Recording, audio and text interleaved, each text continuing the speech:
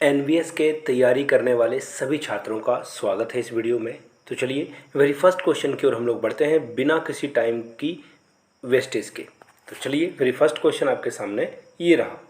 यहाँ से आप देख पाओगे वेरी फर्स्ट क्वेश्चन, भारतीय फिल्म अभिनेता शत्रुघ्न सिन्हा किस राज्य से संबंधित है। आपको बस ये बताना है शत्रुघ्न सिन्हा किस राज्य में रहते हैं या किस राज्य से संबंधित है, उन्हें लोग जानते हैं। बिहार, उत्तर प्रदेश, गुजरात या फिर मध्य प्रदेश। तो इसका जो राइट आंसर होगा वो होगा ऑप्शन नंबर 1, यानी कि बिहार से शत्रुघ्न सिन्हा आते हैं। अगले क्वेश्चन की ओर हम लोग बढ़ते हैं।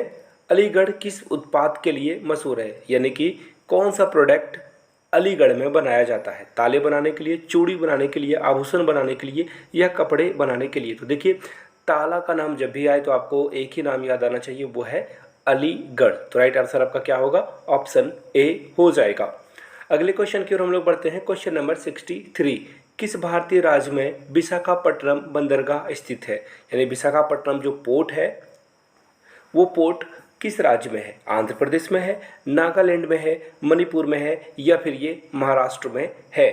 तो देखिए इसका जो करेक्ट आंसर होगा दोस्तों वो हो जाएगा ऑप्शन नंबर ए, यानी कि आंध्र प्रदेश में आपको विशाखापट्टनम मिलेगा। विशाखापट्टनम रेलवे स्टेशन भी है जो कि काफ़ी नीट एंड क्लीन मिलेगा आपको जब भी आप जाओगे। This is very beautiful railway station. अगले क्वेश्चन की ओर बढ़ते हैं। अगला क्वेश्चन आपके सामने ये रहा, हमारे सौर परिवार में कुल कितने ग्रह हैं। तो देखिए कुल ग्रहों की संख्या 8 ही बची है, आपको पता ही है। एक ग्रह को सौर परिवार से निकाल दिया गया है। उस ग्रह का नाम आप नीचे कमेंट करके बताइए, उस प्लैनेट का नाम बताइए जिसको जो है एग्जिट कर दिया गया है, बाहर का रास्ता दिखाया गया है। अगले क्वेश्चन की ओर हम लोग बढ़ेंगे। भारतीय डीजल इंजन निर्माण इकाई, यानी कि जहाँ पे डीजल इंजन का मैन्युफैक्चरिंग होता है, डीजल लोकोमोटिव वर्कर्स कहाँ पे स्थित है, ये किस जगह पे स्थित है, किस शहर में स्थित है, उसका नाम आपको बताना है। तो देखिए वाराणसी, अहमदाबाद, कच्छ या रुड़की। तो देखिए इसका जो करेक्ट आंसर होगा वो होगा वाराणसी। वाराणसी में जो है आपको ये डीजल लोकोमोटिव बनता हुआ दिखेगा। अगले क्वेश्चन की ओर हम लोग बढ़ते हैं। बैसाखी त्यौहार किस धर्म के लोग मनाते हैं। तो देखिए सिख धर्म के लोग बैसाखी त्यौहार को मनाते हैं। फसल से रिलेटेड ये है त्यौहार जिसमें लोग जो है अच्छे से इस पर्व को मनाते हैं। अगले क्वेश्चन की ओर हम लोग बढ़ते हैं।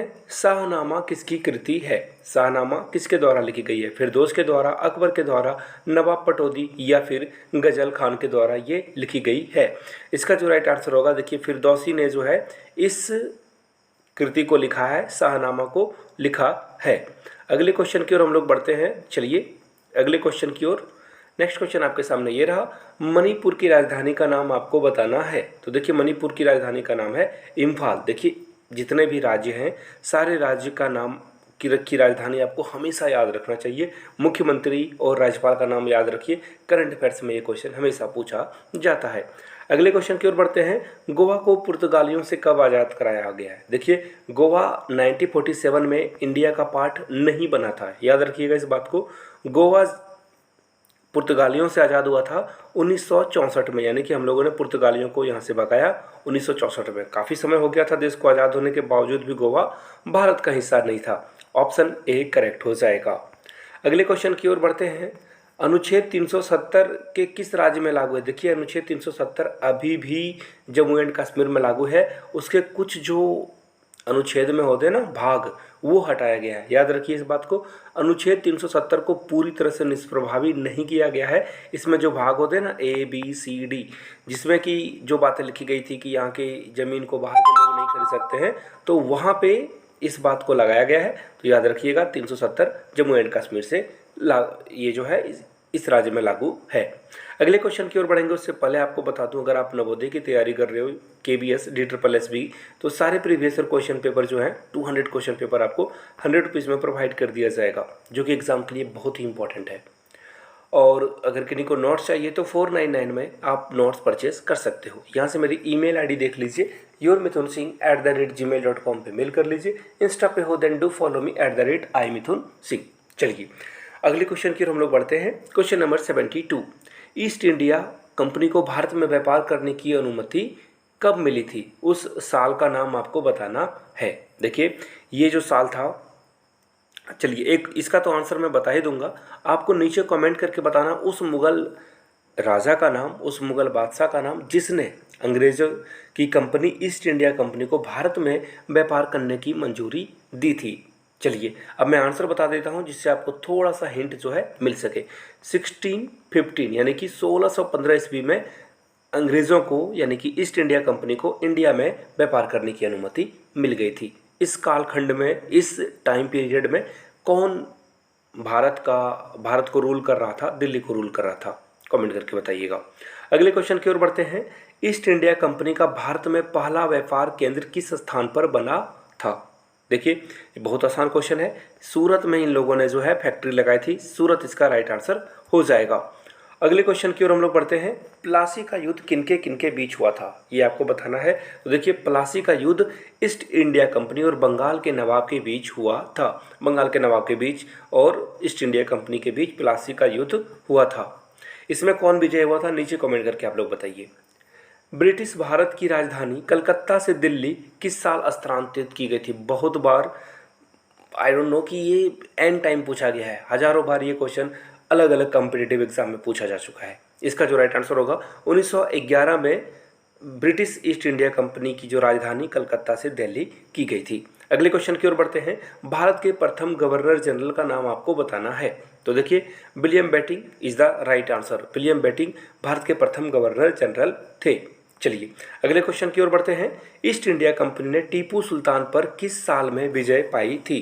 किस साल उन्होंने जो है टीपू सुल्तान को हरा दिया था? तो इसका राइट आंसर होगा 1792। जी हाँ, 1792 में अंग्रेजों ने टीपू सुल्तान पर विजय पा ली थी। अगले क्वेश्चन की ओर बढ़ते हैं। झांसी की रानी लक्ष्मीबाई का अंग्रेजों के साथ युद्ध किस साल में हुआ था, आपको बताना है।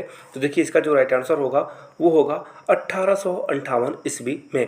1858 ईस्वी में अंग्रेजों और रानी लक्ष्मीबाई के बीच में युद्ध हुआ था, जिसमें रानी लक्ष्मीबाई की मौत हो गई थी। अगले क्वेश्चन की ओर बढ़ते हैं।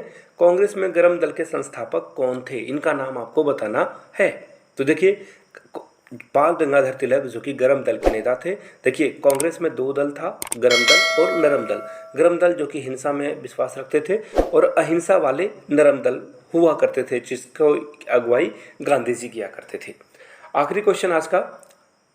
अंग्रेजों की गुलामी से मुक्ति पाने के लिए आज़ाद हिंद फौज की स्थापना किन्होंने किया था? चंद्रशेखर आज़ाद, भगत सिंह, राजगुरु या महात्मा गांधी ने? तो देखिए अंग्रेजों से आज़ादी के लिए चंद्रशेखर आज़ाद ने आज़ाद हिंद फौज की स्थापना की थी। आज़ाद हिंद फौज की स्थापना चंद्रशेखर आज़ाद ने नहीं, सॉरी, ये सुभाष चंद्र बोस या फिर जो मोहन है उनका नाम है।